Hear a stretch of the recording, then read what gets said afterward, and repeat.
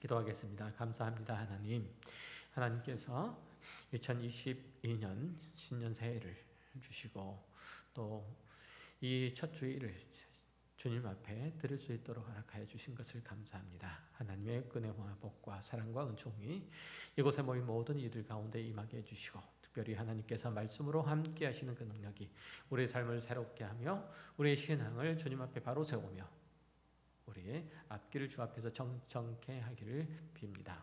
성령 하나님께서 복을 주시고 은혜를 베푸시고 깨우치시고 온전케 하시는 복된 시간이 되기를 빌며 예수 그리스도 이름으로 기도했습니다. 아멘. 반갑습니다. 서로 한번 인사할까요? 오늘부터 청년부들이 함께 예배를 하는데 청년부가 3명, 4명, 저기 계신 분까지 합하면 4명. 4명이. 우리 청년부 되게 많은데 16명인가? 이쯤 됩니다. 저희 청년부 엄청 많습니다. 청년들을 위해서 기도해 주시고요. 특별히 우리 다음 세대를 이끌어갈 우리 가까운 교회의 주역들입니다. 사실 우리는 이제 가는 세대잖아요. 가는 세대. 가는 세대고 이제 다음을 맡아서 해가야 될 이들이 청년들인데, 청년들을 위해서 건강하고 또 든든하게 세워지는 그런 교회를, 또 믿음 안에 믿음의 반석 위에 굳건히 세워진 그런 교회를 만들어서 물려줘야 될 것입니다. 아멘이시죠? 네. 청년들에게 그게 이제 우리가 할 수 있는 최고의 우리 자녀들 세대들을 위한 최고의 할 수 있는 복된 일들이 아닐까라는 생각이 듭니다. 그래서 이것만을 위해서 저는 무지 노력할 겁니다. 함께 노력하실 거라고 생각을 합니다. 우리 청년들도 이 교회가 가까운 교회가 모 교회 맞죠? 저쪽에 계신 분도 대답을 해 주셔야 돼. 저쪽에 계신 분도 대답을 해 주세요. 우리 이제 모 교회니까 주님 오실 때까지 교회가 든든히 좀 세워져 갔으면 하는 바람입니다. 말씀 함께 나누도록 하겠습니다. 오늘 본문은 요셉과 요셉이 그의 형들에게 자신을 밝히는 장면이 나오죠. 39장부터 44장까지를 간략하게 말씀을 드리면, 애굽의 친위 대장 보디발의 아내의 유혹을 뿌리친 요셉은 오히려 그가 보디발의 아내를 성폭행하려고 했다는 모함을 받게 되죠. 그리고 감옥에 갇힙니다. 그러나 하나님께서 요셉과 함께 하시고 그의 인자하심으로 그를 보살피시고 또 세우심으로 이제 요셉은 감옥의 간수장의 관심과 호의를 받게 되죠.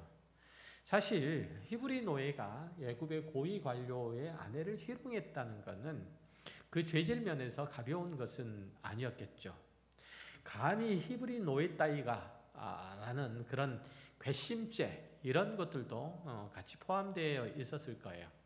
그런데도 요셉이 간수장에게 신임을 받아서 옥중에 있는 죄수들을 관리하는 그런 임무를 맡았다는 것은 얼마나 어렵고 힘든 과정들을 견디고 이겨내야 하는지, 그 시간들을 성실하게 보내야 하는지, 우리 독자들은 사실 그 행간을 볼 수 있어야 되죠.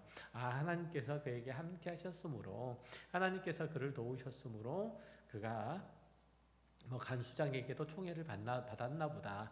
단순하게 생각할 일들은 아니고, 물론 그건 사실이지만 그럼에도 불구하고 그 하나님께서 그와 함께 하심의 현실들이 그에게 어떻게 펼쳐졌느냐라고 생각을 해보면, 우리가 일반적으로 생각할 수 있는 그 요셉의 감옥 생활들은 쉽고 녹록하고 그리고 평탄한 길들은 결코 아니었다는 거죠. 창세기 40장에는 이제 요셉이 감옥에서 애굽 왕에게 범죄한 왕의 술 맡은 관원장과 그리고 떡 맡은 관원장을 만나게 되죠. 하루는 이 두 사람이 꿈을 꾸게 되었는데 그 꿈이 하도 생생하고 또 이상해서 근심하는 하늘 얼굴을 하고 있으니까 요셉이 그 이유를 묻죠. 두 사람이 자기들이 꾼 꿈을 요셉에게 말하고 또 요셉은 그 꿈을 해석해 줬는데 술 맡은 관원장에게는 당신이 사흘 안에 석방되고 복직이 될 겁니다. 그렇게 되거든 바로에게 나의 억울한 사정도 좀 아뢰어서 나도 이 감옥에서 꺼내 주십시오라고 그렇게 부탁을 하죠. 과연 이제 요셉의 해석대로 떡 맡은 관원장은 사형을 당하고 술 맡은 관원장은 석방이 되어서 바로의 술 맡은 관원으로 복직이 되지만 그는 요셉의 부탁을 까마득하게 잊어버리고 말죠.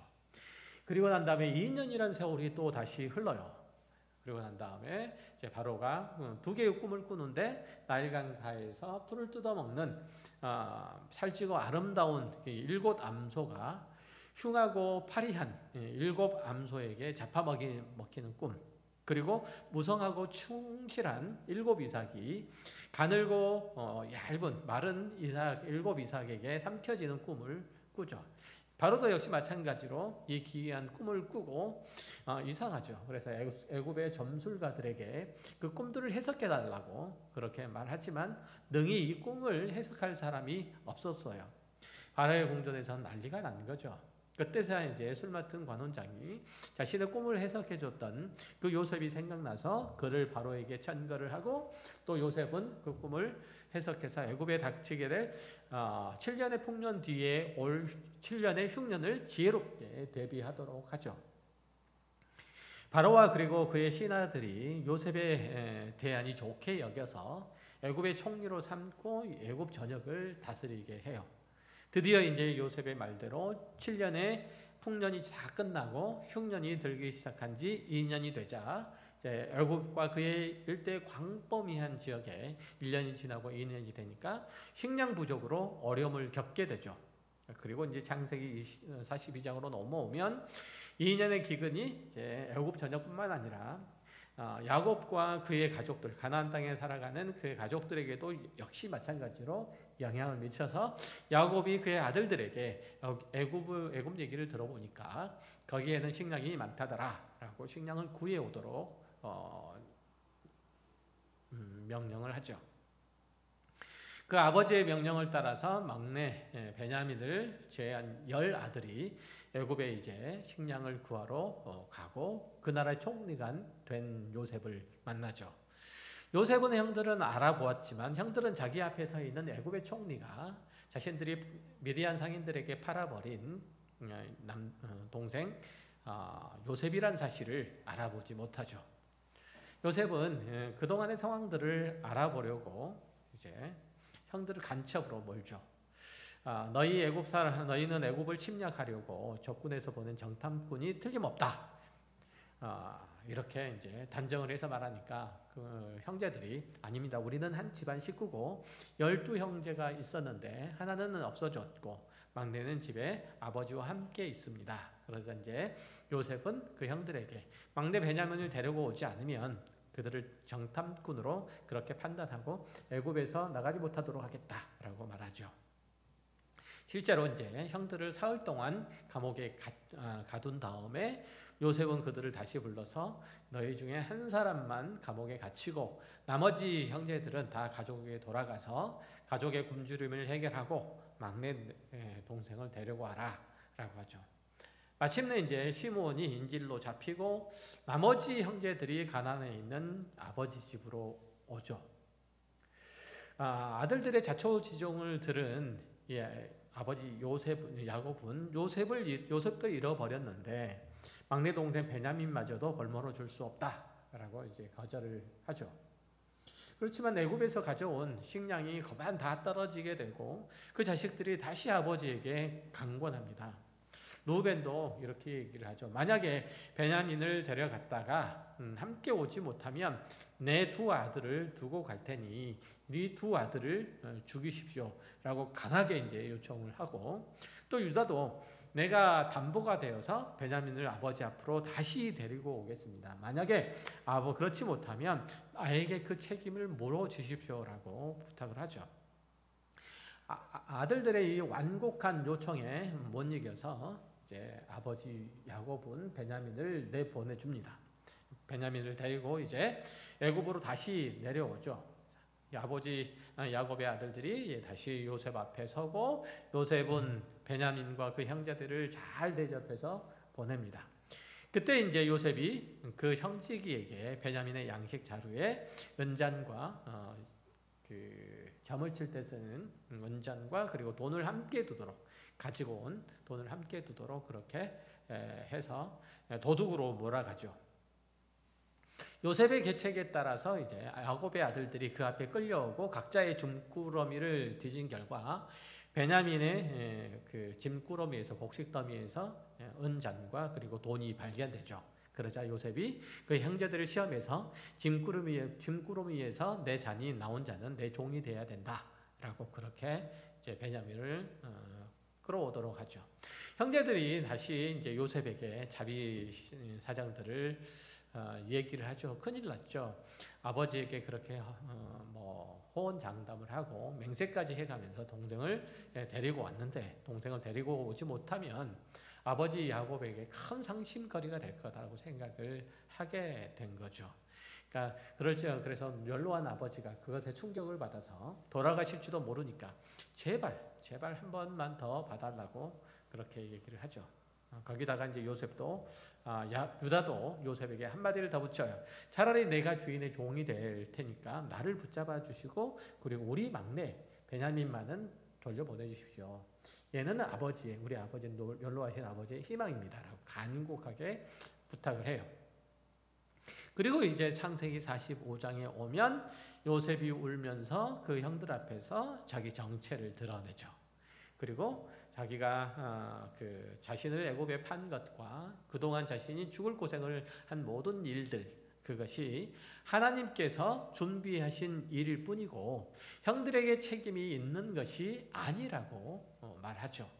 오히려 그 일로 인해서 요셉 자신도 훈련을 받았고 형들도 하나님께 훈련을 받았다는 것을 말해요. 45장 5절부터 다시 읽어보면 이렇게 말해요. 8절까지 읽어볼게요. 당신들이 나를 이곳에 팔았다고 해서 근심하지 마소서, 한탄하지 마소서. 하나님의 생명을 구하시려고 나를 당신들보다 먼저 보내셨나이다. 이 땅에 2년 동안 흉년이 들었으나 아직 5년은 밭갈이도 못하고 추수도 못할지라. 하나님이 큰 구원으로 당신들의 생명을 보존하고 당신들의 후손을 세상에 두시려고 나를 당신들보다 먼저 보내셨나니 그런즉 나를 이리로 보낸 이는 당신들이 아니요 하나님이시라. 하나님이 나를 바로에게 아버지로 삼으시고 그 온 집의 주로 삼으시며 애굽 온 땅의 통치자로 삼으셨나이다. 요셉은 형제들이 자신이 요셉이라는 사실을 알고 크게 놀라고 두려워하는 모습들을 보고서 그들을 오히려 안심시키죠. 이미 그는 자신의 형제들이 자신을 죽이려고 했다가 애굽의 노예로 팔아버린 일들에 대해서 죄책감을 가지고 있고 그로 인해서 보복을 할지도 모른다라고 하는 그런 두려움을 안고 있다는 것을 알았기 때문에 오히려 그들을 달래요. 여기 이제 5절에 보면 근심하지 마소서, 한탄하지 마소서라는 표현에 담겨 있는 의미들이 바로 그래요. 형들로서는 정말 뜻밖의 말을 들은 건데 언제부터 요셉이 자신이 하나님의 구원사역의 도구로 쓰임을 받고 있었다는 것을 알 수 있었을까요? 이게 궁금하지 않습니까?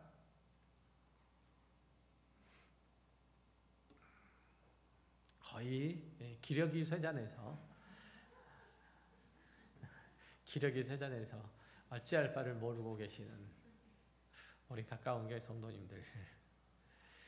자, 아마도 창세기 이제 42장 9절에서 그 실마리를 찾을 수 있어요.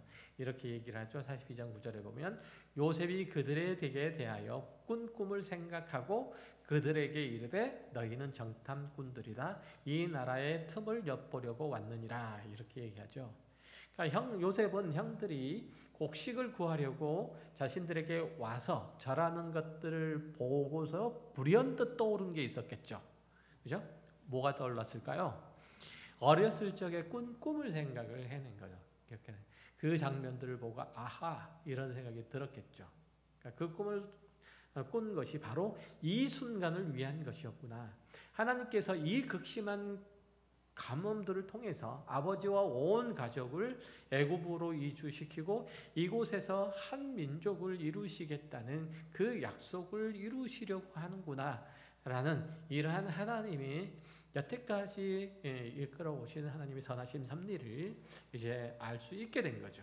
하나님께서 꿈을 통해서 자기의 미래를 알려주신 것은 자기가 겪는 모든 일들이 하나님의 계획하심과 뜻하심 안에 있었다는 것을 깨닫는 순간이 된 거예요. 그러니까 자신이 어렸을 때 꿨던 그 꿈과 현재적으로 자신의 형제들이 자신에게 와서 절을 하는 장면이 크게 오버랩이 됐겠죠.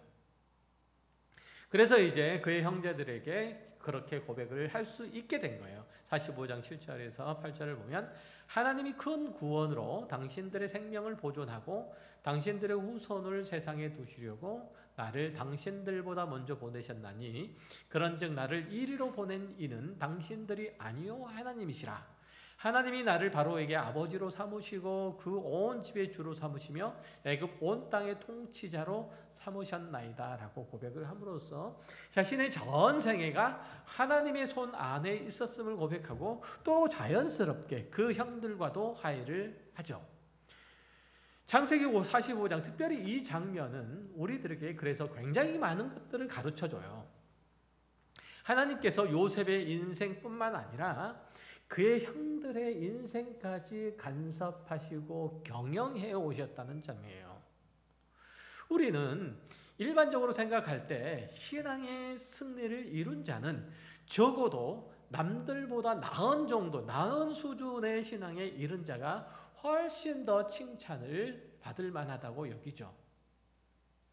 그러니까 내가 다른 사람보다 신앙의 수준이 더 높은 지경에 이르는 것, 적어도 다른 사람보다 더 나은 상태에 있을 때 하나님께 더 많은 칭찬과 하나님께서 더 많은 상급을 받을 수 있겠다고 얘기해요. 물론 이제 그런 측면들도 있겠지만 하나님께서는 그 반대의 경우를 통해서도 얼마든지 한 사람의 하나님의 자녀를 하나님의 품 안으로 이끌어내시는 것을 우리 이 요셉의 일생을 통해서, 아니 요셉과 그의 형제들의 일생을 통해서 확인할 수 있어야 돼요.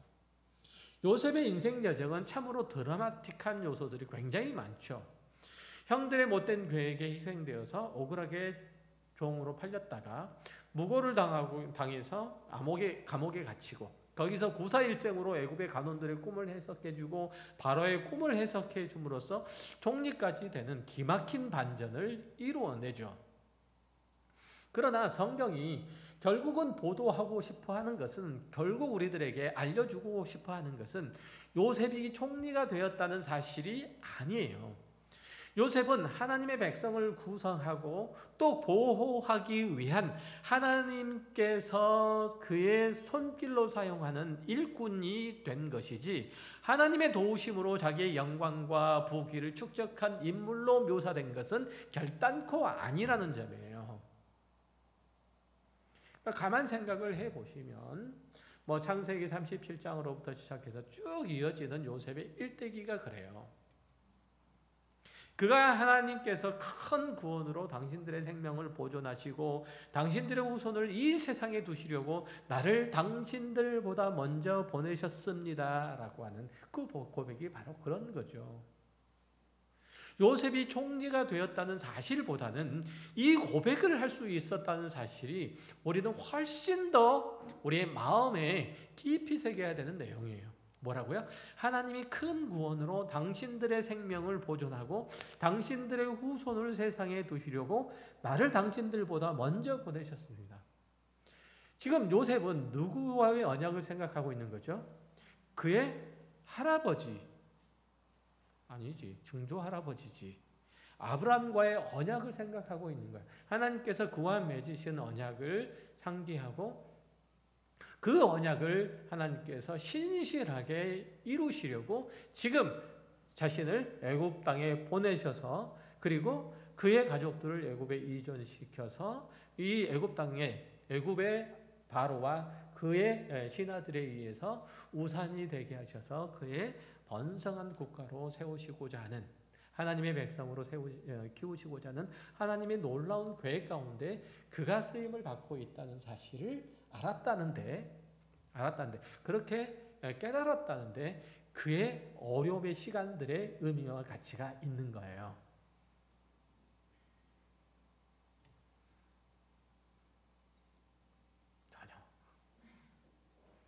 그건 이제 외적인 상황들에서뿐만 아니라 하나님의 백성된 자의 신앙의 내용으로서도 그렇게 했다고 고백하고 하고 있는 거죠.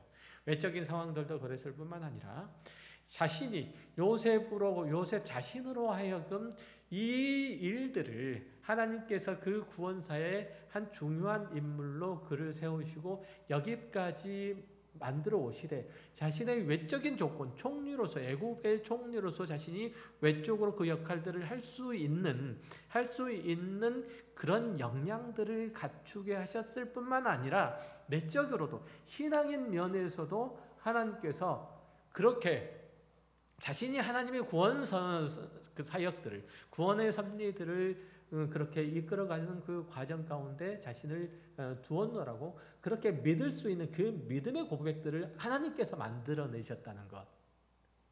이거예요. 이게 이제 요셉이 고백한 바의 놀라운 고백인 거죠. 이것이 요셉과 형들의 다름이에요. 다름이라고 한다면. 그래서 우리는 기독교 신앙의 목표를 우리 각 개인이 자랑할 것들을 만들다거나 극적인 간증거리가 있는 사람들 앞에서 우리를 높이거나 주목해야 할 지위나 가치를 얻는 데 있지 않다는 사실을 우리는 이 말씀들을 통해서 다시 한번 마음에 새겨봐야 돼요. 오히려 하나님께서 그 백성들을 궁극적으로 어떤 모습으로 만들어 가신지를 확인하는 것이 훨씬 더 가치 있어요. 그러니까 요셉이 총리가 되었다는 사실보다 요셉이 형들에게 이런 고백을 할 수 있는 그런 신앙의 위치에 있다는 것, 그렇게 되도록 하나님께서 요셉의 인생을 이끌어 왔다는 것, 이것에 주목해 봐야 되고 그 가운데에서는 요셉의 숱한 고난들이 자리하고 있다는 사실도 우리는 확인할 수 있어야 돼요. 그러니까 이에 대한 이제 우리의 믿음 역시 마찬가지죠. 하나님께서 그런 인도하심에 대한 만족일 뿐, 우리 자신이 영웅이 되고 우리 자신이 위인이 되도록 우리의 삶을 하나님께서 이끌어 가시기를 소망하는 바로서 우리의 믿음의 내용이 믿음의 어떤 방향성들이 정해지지 않도록 그렇게 해야 되는 거죠. 요셉이 당한 모든 일들에 있어서 하나님의 쓰임을 받기 위한 연단의 과정이지 그가 겪은 모든 일들이 총리가 될 만한 자격을 갖추는 데 목적이 있지 않다는 사실. 이해되세요? 너무 조용히 해가지고. 요셉의 형들에게 일어난 일도 이제 성경에는 분명히 이제 기록되지 않지만 요셉이 형들을 용서할 수 있었던 것은 하나님께서 요셉 자신의 인생에 개입하시고 간섭하셨듯이 그리고 그들을 그렇게 만들어냈듯이 형들 인생에도 역시 간섭하시고 자신이 이른 신앙의 지점에 형들도 이르게 하셨다는 사실, 형들도 와 있다는 사실을 알았기 때문에 요셉도 무너지게 된 거죠. 자기를 팔아 넘겼던 형들이 베냐민도 애굽에 넘겨줌으로써 형제들 간의 의리를 저버리고 아버지의 마음에 상실함을 안겨드리는 바에는 차라리 내가 종이 되고 말겠다 라는 거죠. 이런 마음이 형들에게 있었음을 보았기 때문인 거죠. 그런 형들의 태도를 보고 하나님께서 무엇을 이루셨는지를 확인하게 된 거예요. 그 전에 그 형들은 어떤 존재이죠? 자신들의 분함을, 자신들의 억울함을 팔려고 그 당사자인 동생을 죽이려고 했다가 그냥 노예로 팔아버린 그런 인물들이었어요. 그런 인물들이 지금 막내 베냐민을 넣고 그리고 아버지 야곱을 넣고 자신의 인생과 자신의 생명들과 견주어서 이렇게 거래하려고 하는 모습들을 한번 보세요. 오히려 이 차이죠, 이 차이. 그래서 요셉은 당신들이 나를 이곳에 팔았다고 근심하지 마소서, 한탄하지 마소서. 하나님이 생명을 구원하시려고 나를 당신들보다 먼저 보내셨습니다. 다시 말해서 우리 사이에 가해자도 피해자도 없습니다라고 고백한 거잖아요. 하나님께서 우리의 다 어리석고 부족하고 못난 인생 가운데서 역사하셔서 그 구원과 은혜로 채워서 이 놀라운 결과에 이르도록 하셨습니다. 이것을 확인하는 것이 요셉과 그의 형제들의 회후예요. 회후가 아니고 해후. 발음도 안 되네. 로마서 8장 18절 이하를 보면 이제 이런 신앙이 성경 전체, 이런 신앙의 태도와 자세와 이 관점들이 성경 전 부분에 있어서의 가르침인 것을 확인할 수 있어요. 한번 볼게요. 다 들은 내용이니까 제가 대표를 읽을게요. 생각하건대 현재의 고난은 장차 우리에게 나타날 영광과 비교할 수 없도다. 피조물이 고대하는 바는 하나님의 아들들이 나타나는 것이니 피조물이 허무한데 굴복하는 것은 자기의 뜻이 아니요 오직 굴복하게 하시는 이로 말미암으니라. 그 바라는 것은 피조물도 썩어짐의 종로로 탄 데 해방되어 하나님의 자녀들의 영광의 자유에 이르는 것이니라. 피조물이 다 이제까지 함께 탄식하며 함께 고통을 겪고 있는 것을 우리가 아느니라. 그뿐 아니라 또한 우리 곧 성령의 처음 익은 열매를 받은 우리까지도 속으로 탄식하여 양자될 것 곧 우리 몸의 속량을 기다리느니라. 기독교 신앙은 일반적으로 종말론적이라고 말하죠. 이것은 하나님의 계획하시고 뜻하시고 목표하시는 것은 늘 시작과 그 과정과 끝이 있다는 거예요. 결과만 있지 않아요. 그러니까 시작과 끝만 있지 않고 그 과정이 반드시 있다는 거예요.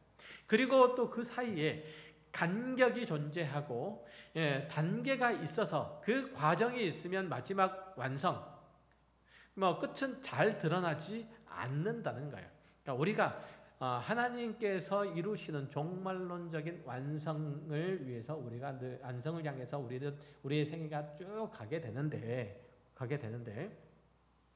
우리가 그 완성의 과정 가운데 있으면 그 처음이 어떠했는지는 알지만 그 끝이 어떻게 귀결될지는 우리는 잘 알 수는 없다는 얘기예요. 이해되세요? 그래서 궁극적인 완성은 분명히 정해져 있어요. 그렇죠? 정해져 있어요. 그렇죠? 우리의 궁극적인 완성은 정해져 있죠. 하나님께서 우리를 승리로 이끄실 영광의 자리로 하나님의 보좌 앞으로 이끄신다는 것, 하나님의 거룩하고 영광스러운 형상으로 우리를 새롭게 다듬으신다는 것, 하나님이 기뻐하실 만한 주의 사람으로 만들어내신다는 그 끝은 정해져 있어요. 하나님 구원의 영광 가운데 우리를 세우신다는 것도 정해져 있죠. 그러나 그 과정이 어떻게 진행이 되고 어떤 결과를 낳게 될지 그 중간에 확인할 수가 없잖아요. 그렇죠? 그 중간에 확인할 수 없어서 그 부족함과 미흡함 때문에 늘 불안해할 수밖에 없다는 것, 늘 전전긍긍할 수밖에 없다는 게 성경이 우리들에게 가르쳐주고 싶어하는 거예요. 요셉의 생애가 그렇잖아요. 그렇죠? 그의 형제들의 생애가 그렇듯이 우리의 생애도 그렇죠. 하나님께서 우리를 하나님의 영원한 나라의 그 복스러운 자녀로 기꺼이 하나님 앞에 세우신다는 것, 우리를 승리의 자리로 멸관을 씌우시는 그 자리로 이끄신다는 그 결과는 우리는 충분히 하나님의 약속 가운데서 가지고 있어요. 그렇죠? 그것은 우리의 약속으로서 가지고 있는 것이지만 우리는 지금 그 과정 가운데 있다는 거예요. 그 과정 가운데. 그래서 이 과정이 어떻게 진행이 되는지, 어떤 과정의 중간에 어떤 중간 결과를 낳게 되고 어떤 중간 결과를 낳게 되는지 우리는 알 수 없어서 늘 불안하고 늘 초조하죠. 그래서 우리 생애가 불안하고 초조한 거잖아요.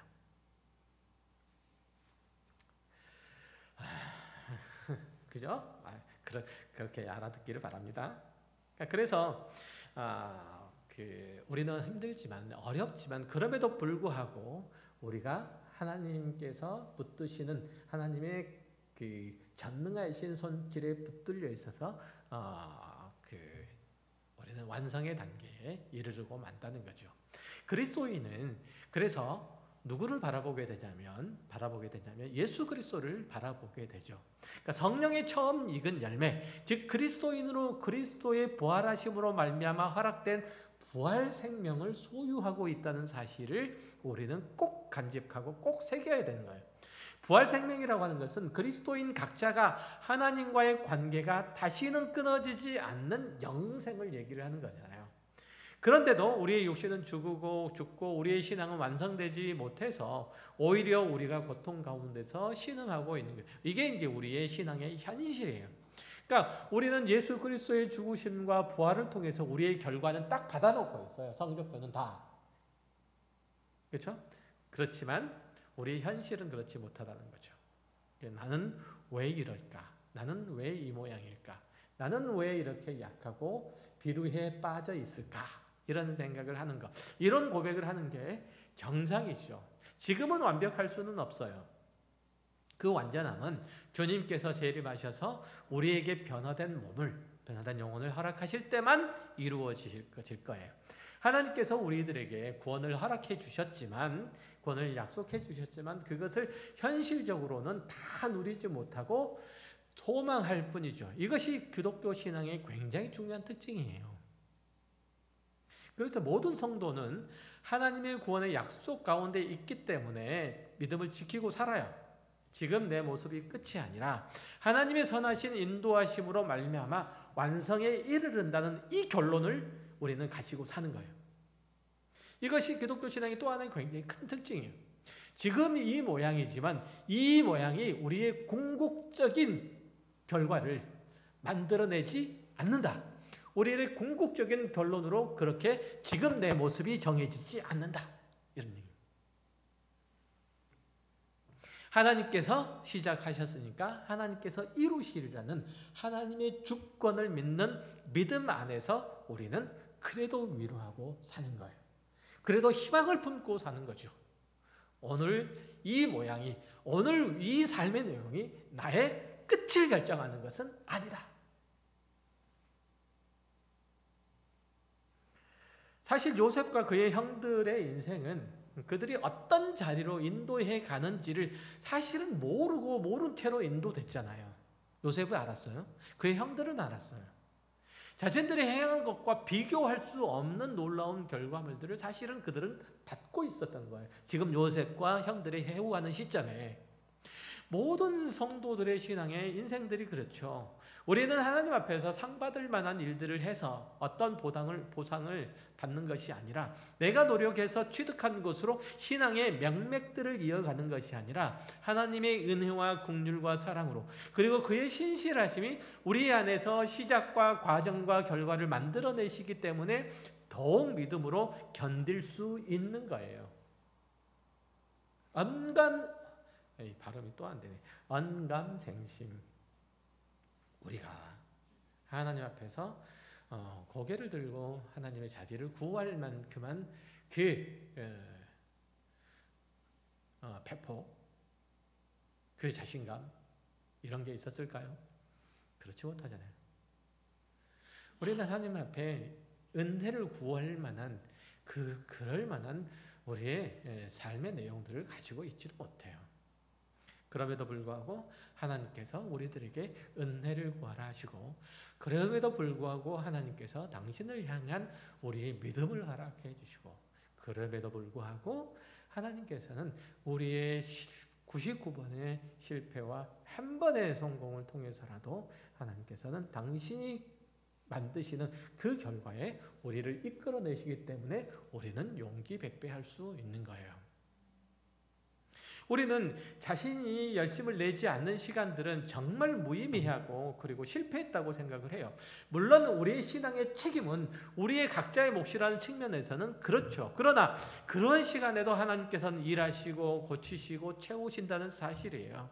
하나님께서 우리를 사랑하셔서 구원하시는 것은 우리가 아직 죄인이 되었을 때 하나님께서 우리를 부르셨다는 거죠. 다시 말해서 우리가 하나님을 모르고 구원의 필요성도 모르고 딴 데 정신에 팔려 있을 때 하나님께서 이미 우리를 위해서 일을 하고 계셨다는 거예요. 그리고 지금은 더욱 그러하다는 거죠. 우리가 하나님을 몰랐을 때도 그러한데 우리가 지금은 그래도 하나님을 알고 있지 않느냐, 하나님을 예배하고 있지 않느냐, 하나님의 말씀을 들으려고 하지 않느냐, 들으려고 하고 있지 않느냐라는 거죠. 그러니까 우리는 최소한 하나님의 일하심에 긍정적으로, 그리고 사실은 가능하면 마음을 다해서 대답하려고 하죠. 우리는 신앙의 부분에 있어서 많은 부분을 실패해요. 그런데도 불구하고 여기까지 왔다는 것은 하나님의 선하신 인도하심과 간섭하심이 있었음을 인정할 수밖에 없다는 거죠. 그 구체적인 예로 창세기 44장에 기록된 유다가 아버지에게 호소한 장면들을 이제 듣고 싶어요. 37장에 언뜻 보이는 유다의 행적, 그리고 38장에 나타나 있는 유다와 다말의 에피소드를 보면 신앙인으로서 그의 모습이 얼마나 형편없었는지를 이미 확인할 수 있었잖아요. 그런데 44장에서는 유다가 그 형제들을 위해서 얼마나 헌신적이고 그의 아버지에게 근심과 슬픔을 안겨주지 않으려고 애를 쓰는 모습들을 볼 수 있잖아요. 막내 베냐민을 아버지 품에 돌려보내려고 하는 이 노력은 37장에서 유다가 요셉을 팔아버리자라고 제안하는 것들과는 너무 많이 달라진 모습이에요. 우리는 그 사이에 유다에게 어떤 일들이 일어나는지 알 수는 없어요. 그러나 지금 창세기 44장에는 사장의 유다의 모습은 창세기 37장과는 전혀 다른 모습으로 지금 있다는 거죠. 창세기 38장과도 마찬가지고. 요셉은 하나님이 풀무불에 넣어서 단련하셨지만 유다는 한가하고 여유롭고 방탕하기까지 한 생활들을 하잖아요. 창세기 38장에 보면 무슨 신통한 생각을 할 만한 사건이나 훈련을 하지 않았음에도 불구하고 하나님께서 유다에 대해서 아무런 묘사도 없이 그의 신앙과 삶을 바꾸어 놓으신 것을 볼 수 있다는 거예요. 이걸 주목해 보시라는 거예요. 이걸. 그렇죠. 성공하는 신앙이라고 하는 것은 모든 사람이 환호하고 갈채를 보내는 영웅이 되는 게 아니라 하나님께서 성도를 거룩하게 하시는 작업, 이것을 가르쳐 성공하는 신앙이라고 얘기를 해요. 그러니까 성공하는 신앙은 우리에게 달려있는 게 아니라 하나님께 달려있다는 거죠. 신앙의 인격이 완성되는 것, 즉 우리가 겸손해지고 온유해지고 우리가 하나님의 성품으로 새로워지는 것, 이것은 하나님께서 우리의 전생애를 통해서 다듬어 가시는 하나님의 선하고 의로우신 손길로서 만들어지고 있는 거예요.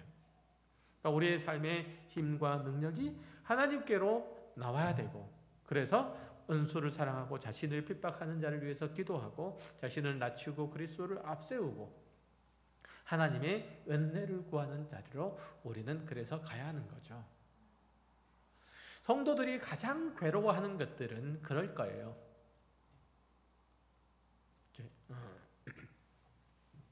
그럴 거예요. 어떤 것들일 거냐면 성도들이 가장 힘들어하고 괴로워하는 것 뭘까요?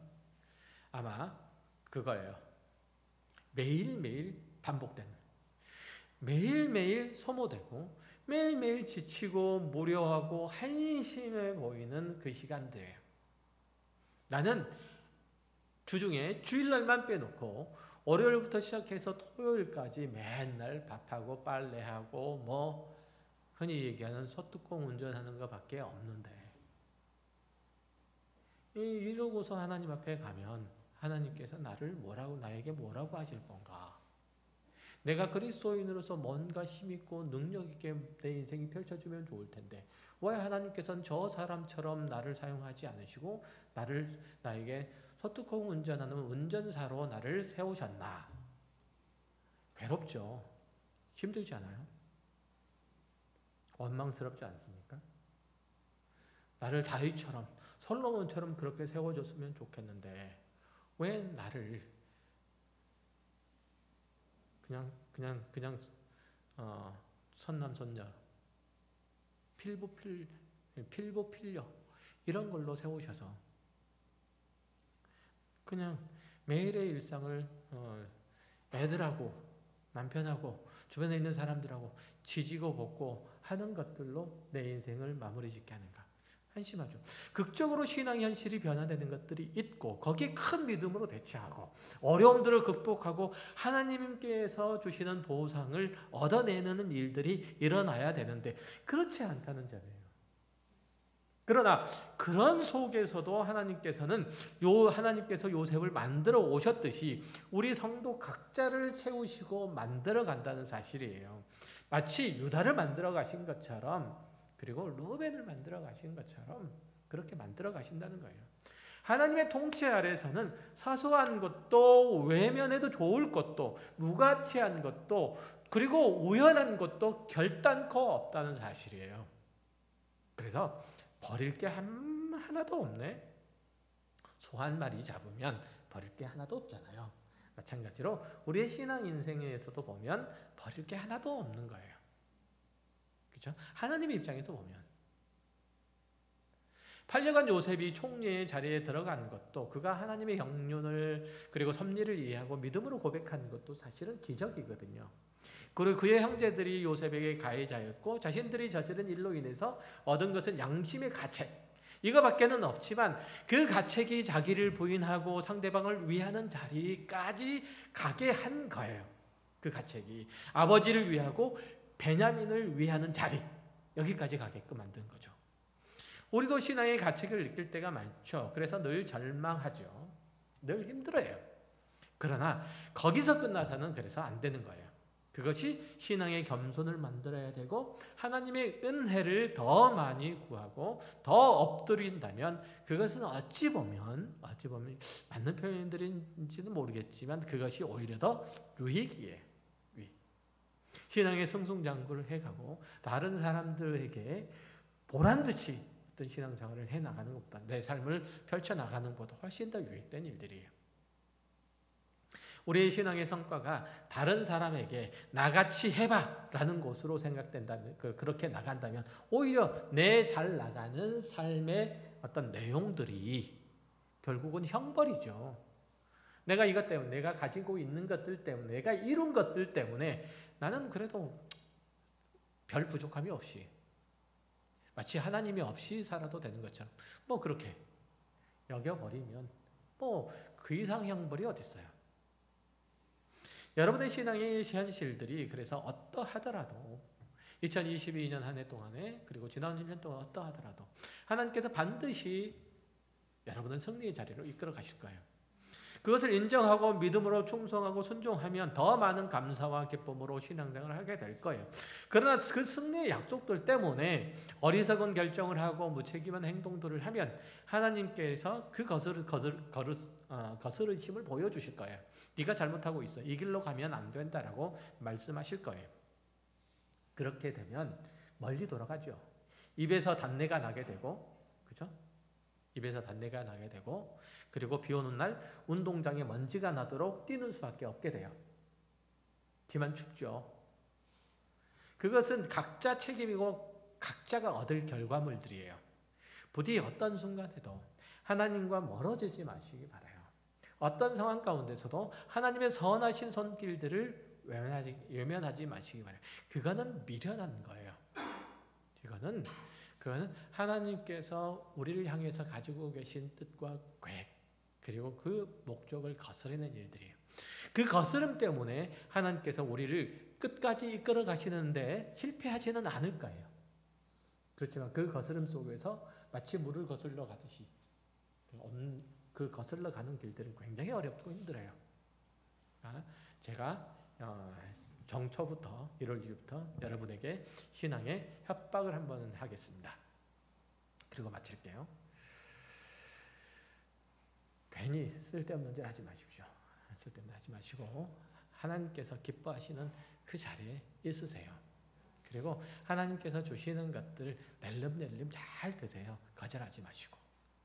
무엇보다도 하나님께서는 여러분을 위하시는 분이시되 당신의 지혜롭고 전능하심을 따라서 여러분을 이끌어 가시니까 그 안에서 평강을 누리시고 참된 안식이 있는 2022년 한 해가 되시기를 주의 이름으로 축원합니다.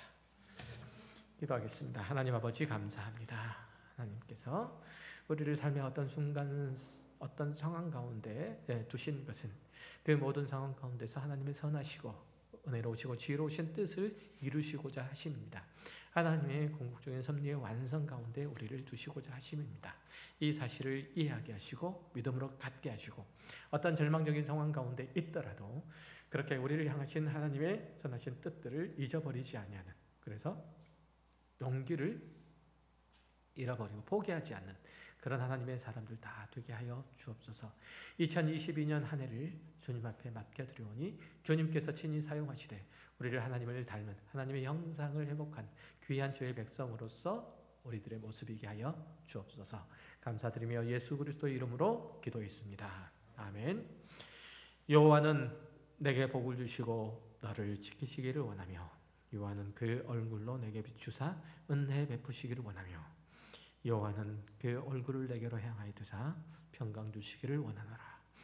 이제는 우리 주 예수 그리스도의 은혜와 하나님 아버지의 지극하신 사랑과 성령의 교통하심이 요셉을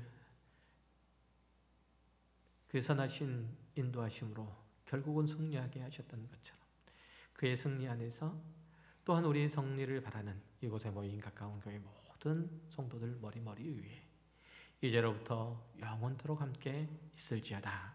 아멘.